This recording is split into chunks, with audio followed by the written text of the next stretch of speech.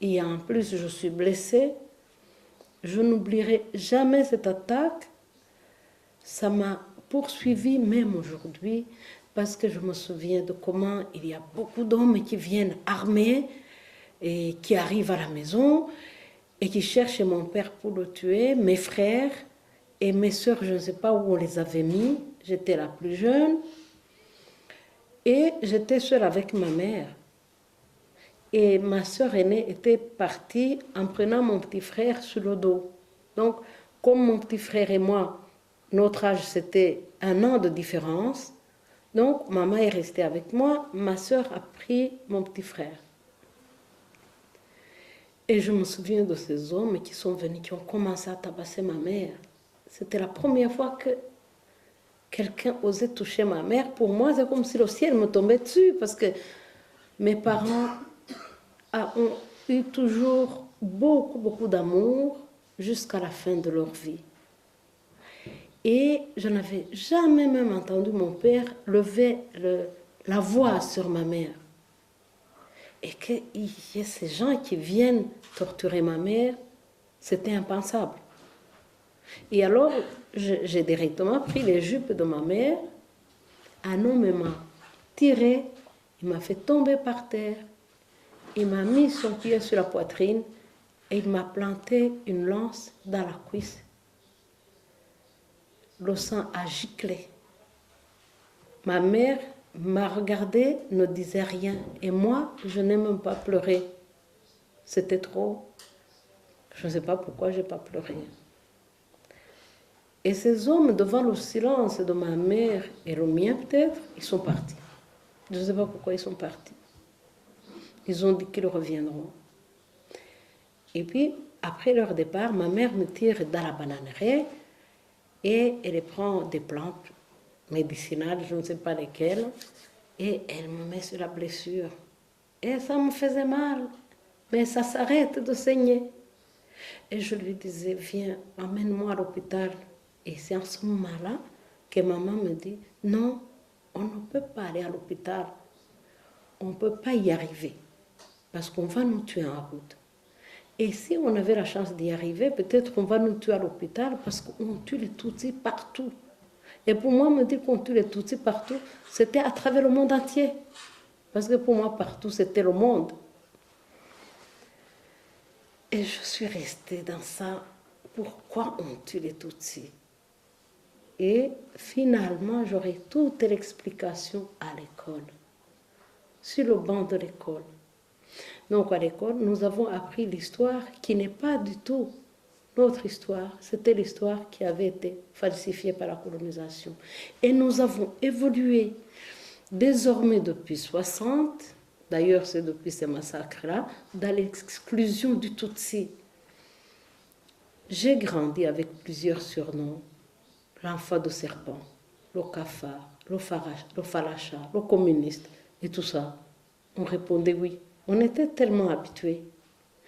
C'est pour cela que je me dis parfois que celui qui planifie un génocide ne sensibilise pas seulement les assassins pour tuer, il sensibilise aussi les victimes pour rester victimes et accepter le rôle de victime.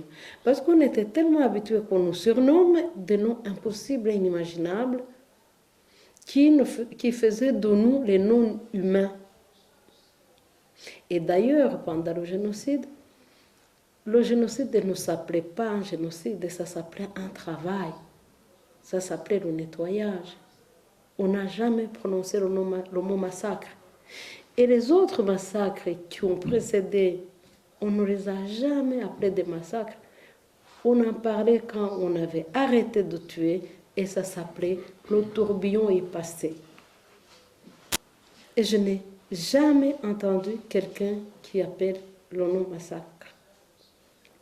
En 1973, les étudiants de l'université sont allés massacrer les jeunes étudiants des écoles secondaires.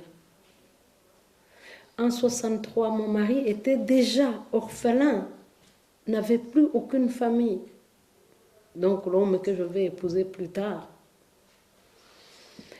Et tout ça, pour moi, c'était une façon de préparer petit à petit. Et en 1994, tous ces étudiants qui étaient à l'université, qui ont tué, étaient des personnalités au pouvoir. Donc, tout était prévisible. Peut-être que ce qui a fait que nous n'avons pas été tués très vite, c'est que le premier président Hutu a favorisé les Hutus du Sud contre les Hutus du Nord. Alors, il y avait cette guerre entre les Hutus, et comme ça, on pouvait passer parfois. Et puis, avec le coup d'État, donc il a été remplacé 13 ans après, non, de 62 à 73, c'est 11 ans. Il a été remplacé suite à un coup d'État militaire. Et le président qui a fait le coup d'État en 73 était au pouvoir en 94 et c'est celui-là que l'avion a été descendu. Avec ce coup d'État, il a tué son prédécesseur, il a tué tout le gouvernement, il a tué tout le Parlement, mais je vous assure, il a reçu des félicitations du monde entier, des pays démocratiques. Ils ont apprécié cet acte. Personne n'a rien dit. Je n'ai jamais compris. Et chaque fois, on disait qu'il avait été élu à 100%. Ça n'a jamais été vrai. Déjà, ma famille, on n'a jamais voté pour lui et je connais beaucoup d'autres familles qui n'ont jamais voté pour lui. Nous nous sommes arrangés pour tricher toujours les élections parce qu'on ne pouvait pas voter pour sa mort. Et les nôtres disparaissaient tout le temps. On n'avait pas droit d'en parler. Le Front patriotique qui attaque le Rwanda en 90, quelle est la naissance du Front patriotique? Chaque fois qu'il y avait des massacres, évidemment, il y en a qui parvenaient à fuir le pays, mais d'autres comme nous qui restaient. Et en 90, non seulement il y avait des Tutsis qui étaient en exil depuis 1959 et qui continuaient à partir, il y avait aussi des Hutus qui étaient des mécontents du pouvoir, les Hutus du Sud, qui fuyaient. Et en 90, les Rwandais étaient plus d'1,5 million de réfugiés à l'extérieur du Rwanda, qui n'avaient pas le droit de rentrer. Quand ils rentraient, ils étaient tués, ils étaient mis en prison, ils étaient torturés. On n'avait pas de nouvelles. Et chaque fois que, depuis qu'ils ont attaqué le Rwanda, on disait de toute façon, même s'ils arrivaient à prendre le pays, il n'y aurait aucun Tutsi au Rwanda. Et nous, on n'y croyait pas, puisqu'on n'avait rien fait. On avait accepté notre petite place. On n'arrivait pas à étudier, on essayait de faire du commerce, mais on essayait aussi de corrompre l'État pour pouvoir vivre. Donc, personne ne pouvait croire qu'on pouvait faire un génocide de Tutsis. Nous avons vu sa planification. Nos voisins ont été armés sous nos yeux, que ce soit des machettes, que ce soit des armes à feu. On parvenait même parfois à voler des accords d'achat de toutes ces armes, mais on n'y croyait pas. Mais comment voulez-vous, pour nous, qu'on tue les Tutsis alors que les Hutus et les Tutsis faisaient des enfants ensemble? Comment imaginer qu'on va trouver qui tuer? Et puis c'était nos amis. Il n'y a jamais eu de haine entre le Hutu et le Tutsi. Non. Même aujourd'hui, après le génocide, de toute façon, ils se marient. Ils se marient encore. Et par exemple, moi, dans ma famille, nous étions 6 enfants. Et ce n'est que mon petit frère et moi qui avions épousé des Tutsis. Les autres ont épousé des Hutus. Et je vous assure que mes 2 sœurs ont été tuées par leur mari. Mais comme leur mari, soit un est mort en prison, l'autre est encore en prison, et bien c'est moi qui ai élevé ces enfants. C'était des enfants de mes sœurs, mais c'était des enfants d'assassins aussi. Mais que faire? Je ne veux pas faire payer ces enfants, ils n'y sont pour rien.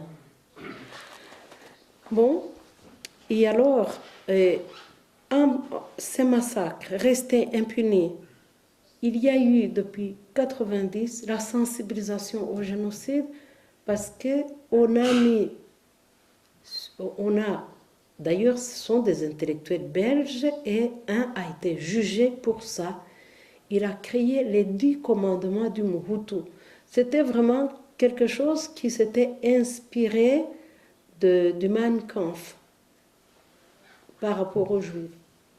Il y avait 10 commandements du Mobutu, d'ailleurs que j'ai sorti dans un livre. Chaque fois que je sors un livre sur le génocide, je mets les 10 commandements pour que les gens comprennent cette force idéologique. Tout Mobutu doit se méfier du Tutsi, ne doit plus acheter dans un magasin de Tutsi, ne doit plus faire des affaires avec les Tutsis. Les hommes Hutus ne doivent en rien du tout épouser les femmes Tutsi, ni en faire leur maîtresse. Donc, c'était on l'appelait la Bible de la haine. Et alors, en 93, là, ils ont aussi créé une radio pour bien sensibiliser la population. Le pouvoir a créé une milice. Cette milice a été entraînée par l'armée, mais aussi par l'armée française.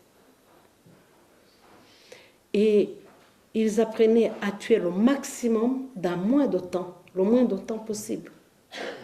C'est quand même visible, tuer plus d'1 million de personnes sur 3 mois et avec, pour la plupart, des armes traditionnelles, parce que toute arme était bonne pour tuer.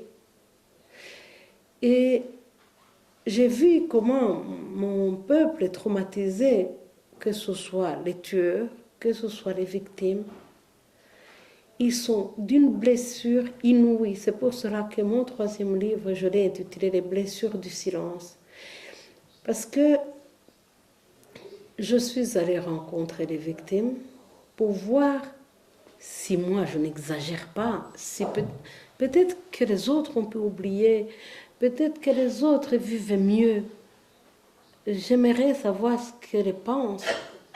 Je suis allée rencontrer les victimes et les survivants du génocide, les femmes violées, les orphelins. Je suis allée dans les prisons. Cette fois-ci, on m'a pris vraiment pour une folle.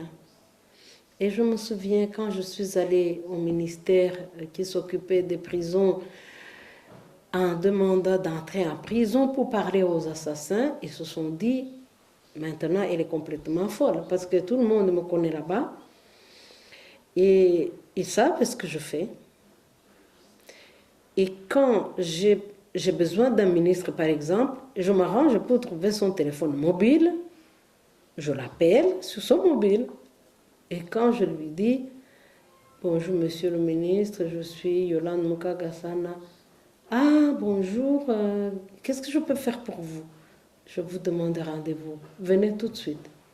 C'est toujours comme ça. Que ce soit les ministres du Front Patriotique qui sont rentrés, que ce soit les ministres qui étaient là, parce que nous en avons aussi beaucoup parmi eux que nous accusons de génocide, mais ils sont des autorités, et tous, ils m'acceptent. C'est peut-être parce que je ne leur demande rien. Je ne veux pas de place politique. C'est peut-être ça. Et je les voyais qui s'étonnaient chacun, qui disait qu'est-ce qui lui prend pas la tête maintenant d'entrer en prison, de parler aux assassins. Et il y en avait beaucoup en plus en ce moment-là, parce que j'ai commencé en 98 à aller dans les prisons. Mais pourquoi aller en prison? Je disais, je voulais parler aux assassins qui plaident coupables du génocide, parce qu'on a beaucoup à se dire. J'aimerais leur demander des explications. Je suis allée dans l'espoir qu'ils vont me dire pourquoi ils en sont arrivés à tuer les enfants, pourquoi ils ont violé les femmes et les petites filles avec des morceaux de verre ou de bâton, pourquoi cette cruauté sur des innocents. Et je pensais qu'ils avaient la réponse. Eh bien, ils n'ont pas de réponse. Ils n'ont pas de réponse. Mais ils disent, oui, nous l'avons fait. La radio nous disait de le faire. Oui, mais nous avions des responsables politiques qui disaient qu'il fallait faire le travail.